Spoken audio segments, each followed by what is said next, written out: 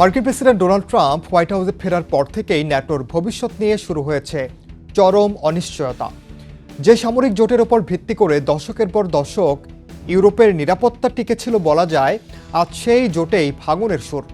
ন্যাটোকে ট্রাম্পের কাগজে বাঘ বলে কটাক্ষ এবং মার্কিন স্বার্থের বাইরে থাকা মিত্রদের শাস্তির হুঁশিয়ারি ইউরোপকে এক নতুন বাস্তবতার মুখোমুখি দাঁড় করিয়েছে।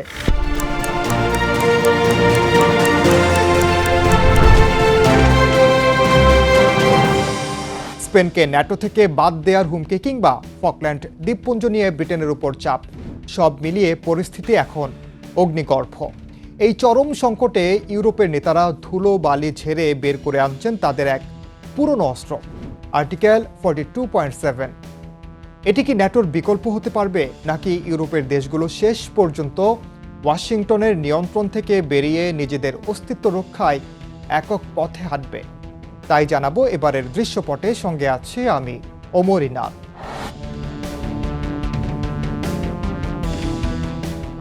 সবাই ন্যাটোর আর্টিকেল 5-এর কথা জানেন, যেখানে বলা আছে একজনের উপর হামলা মানে সবার উপর হামলা। কিন্তু ইউরোপীয় ইউনিয়নের নিজস্ব চুক্তিতেও এমন একটি ধারা আছে যা দীর্ঘকাল আড়ালেই ছিল।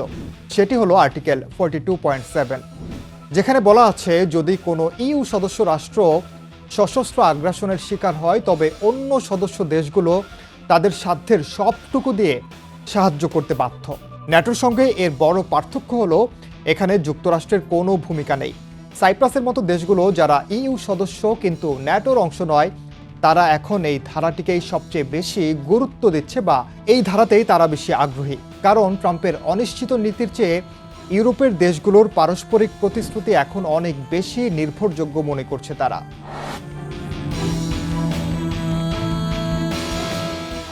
ট্রাম্পের দ্বিতীয় মেয়াদে আটলান্টিকের দুই পারের সম্পর্ক এখন তলানিতে। বিশেষ করে ইরান যুদ্ধ নিয়ে ইউরোপের দেশগুলোর অনীহা ওয়াশিংটনকে ক্ষিপ্ত করেছে। পেন্টাগনের একটি ফাঁস হওয়া তথ্য অনুযায়ী যারা যুক্তরাষ্ট্রকে সমর্থন দিচ্ছে না তাদের শাস্তির আওতায় আনা হতে পারে। সবচেয়ে বড় ধাক্কা এসেছে স্পেনের উপর। যুদ্ধের সমালোচনা করায় স্পেনকে ন্যাটো থেকে স্থগিত করা বা বাদ দেওয়ার পরিকল্পনা করছে যুক্তরাষ্ট্র। অন্যদিকে ব্রিটেনের ফকল্যান্ড দ্বীপপুঞ্জের সার্বভৌমত্বের দাবি নিয়েও যুক্তরাষ্ট্র পুনর্বিবেচনার হুমকি দিচ্ছে। ন্যাটো থেকে কোনো দেশকে বের করে দেওয়ার আইনি কাঠামো নেই। এরপরও যুক্তরাষ্ট্রের এই বৈরী অবস্থান জোটের ঐক্যকে প্রশ্নবিদ্ধ করেছে। বিশ্লেষকরা বলছেন ন্যাটো এখন আর আগের মতো এক আত্মা এক প্রাণ নয়।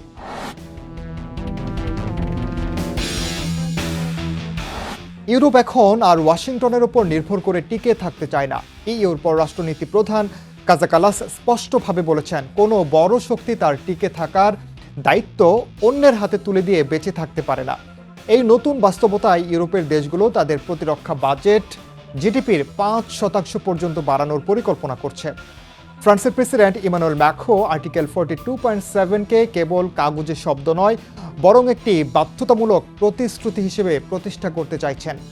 ইউরোপীয় কাউন্সিল এখন একটি হ্যান্ডবুক বা নির্দেশিকা তৈরি করছে, যাতে বিপদের সময় মার্কিন হস্তক্ষেপ ছাড়াই ইউরোপ নিজেদের রক্ষা করতে পারে।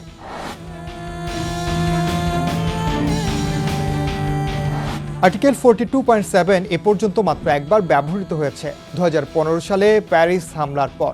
অন্যদিকে ন্যাটোর আর্টিকেল 5 ব্যবহৃত হয়েছে 9/11-এর পর। কিন্তু বড় পার্থক্য হলো ন্যাটোর পেছনে আছে বিশাল মার্কিন কমান্ড স্ট্রাকচার এবং সামরিক সক্ষমতা। ইউরোপের বর্তমান পরিকল্পনায় সেই সংহত সামরিক কাঠামোর অভাব এখন প্রকট।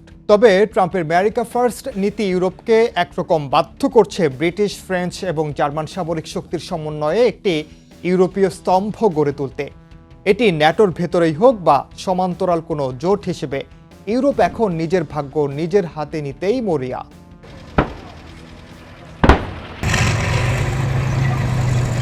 ইউরোপ আর যুক্তরাষ্ট্রের এই বিভক্তি কি কেবল সাময়িক কোনো টানাপোড়েন, নাকি কয়েক দশকের পুরানো ট্রান্স আটলান্টিক বন্ধুত্বের চিরস্থায়ী অবসান?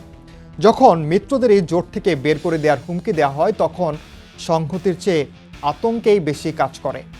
ইউরোপ কি পারবে যুক্তরাষ্ট্রের ছায়া থেকে বেরিয়ে বিশ্ব রাজনীতিতে নতুন কোনো সামরিক শক্তি হিসেবে আত্মপ্রকাশ করতে? উত্তরটা সময়ের হাতে।